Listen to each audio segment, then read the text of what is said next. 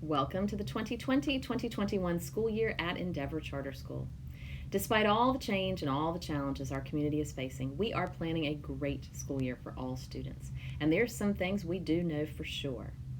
We know that legislation went into effect in the spring, requiring all public schools in North Carolina to have a minimum of 5 remote instruction days for a total of 190 student school days. So we've adjusted our calendar to account for this legislative change. We will hold more than the 5 required remote instruction days at the beginning of the year, and we have adjusted our calendar to add the 5 additional school days. The adjusted calendar is now on our website, and it now includes September 16th, October 19th, January 4th, March 26th, and April 12th as student school days. If you have a copy like this with yellow days, it is correct. If you have the former version without the yellow days, please adjust your calendar accordingly.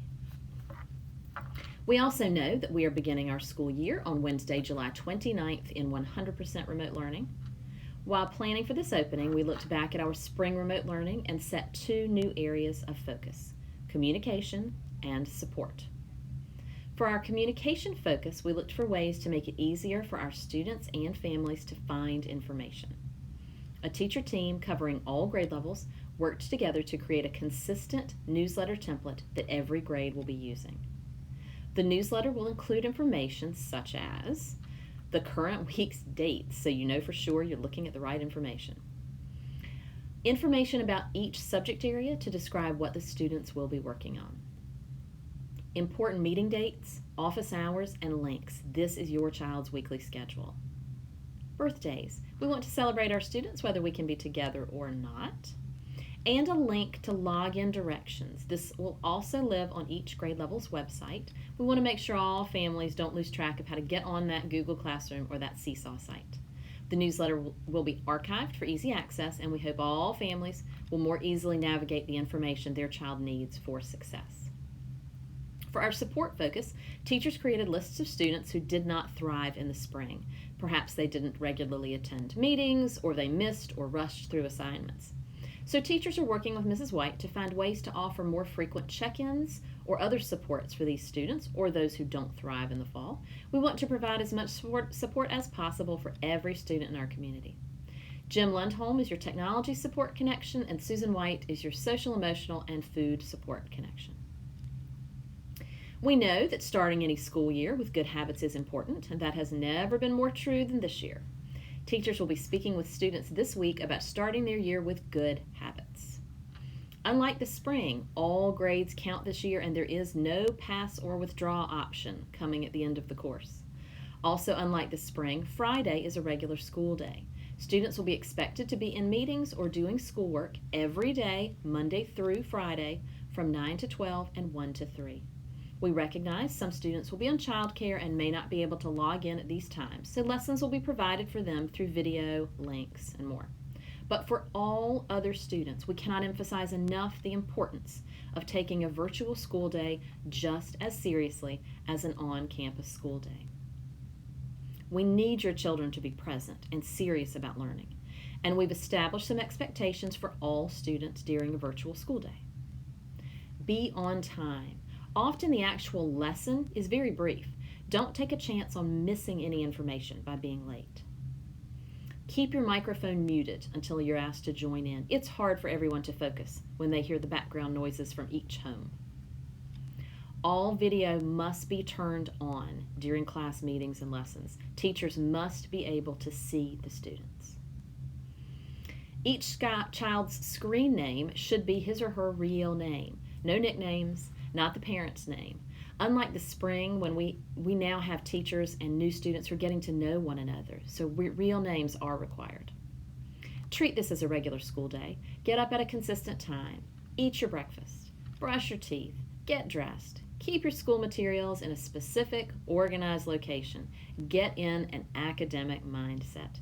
Families who start this type of routine from day one will transition more easily back into a remote learning routine. We will also be handling fine arts and elective classes differently during at least first quarter. We will be offering fine arts and fitness to every grade level because we recognize the value of a well-rounded education. Students in grades K, 1, and 2 will have a choice board with activities from art, music, health and fitness, Spanish, and drama. These activities will not be graded, but we encourage families to complete as many as possible. Students will receive a certificate if they complete the whole thing. Students in grades 3 and 4, 5 and 6, and 7 and 8 will all participate in one class out of the 5 fine arts and fitness categories. Classes will be held online and will be a mix of synchronous and asynchronous learning depending on the subject area. They'll take place 2 times a week. These classes will be graded, but students will only have one for the first quarter. The students in 3 and 4, 5 and 6, and 7 and 8 will be paired in those classes.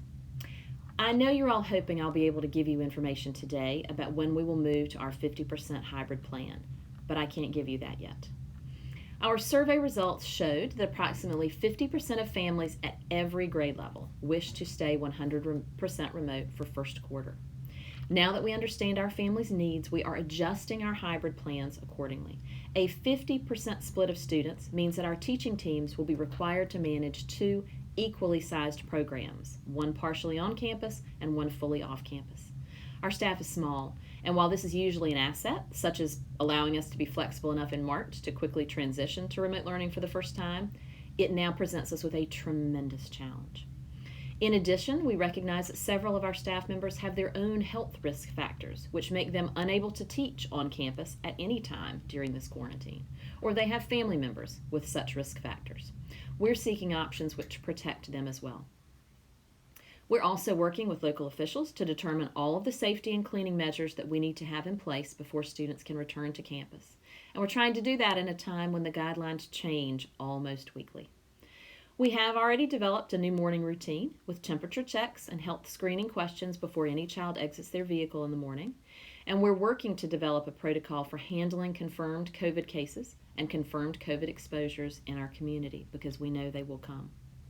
We will be ready to transition to a Plan B hybrid plan, but only once we can ensure that remote and on-campus students will all have a teacher available to offer an appropriately ECS level of instruction for each subject, and that we can ensure the safety of every person on campus. Our board of directors will be meeting on August 4th to continue those discussions. I hope you've all reviewed the information from the weekly update regarding our Monday morning and Tuesday evening drive-through pickup times so we can provide your family and our students with materials to get their classes off to a great start. We are looking forward to seeing you. My word for this year is fluid because that seems to best describe everything right now. The symptoms of COVID, the guidance from the state, our plans for being on campus. I'm trying to let go of my wish for firm plans and accept that this isn't that year. I know that every question that I have and every decision we can't yet make is difficult for your family. I'm sorry for that. The burden that our uncertainty causes our families does not escape me, our staff, or our board of directors. I promise that we will make decisions as quickly as we can. I promise that we will communicate with you as much and as frequently as we believe is helpful. I also promise that I will respond to your emails with as much information as I can. My agenda for this year is strong academics and a safe community, and every decision I make will be with those 2 focuses in mind. Stay safe, wear a mask, read communications from Endeavor, set a daily schedule and stick to it. Start the 2020-2021 school year strong. Go Pride!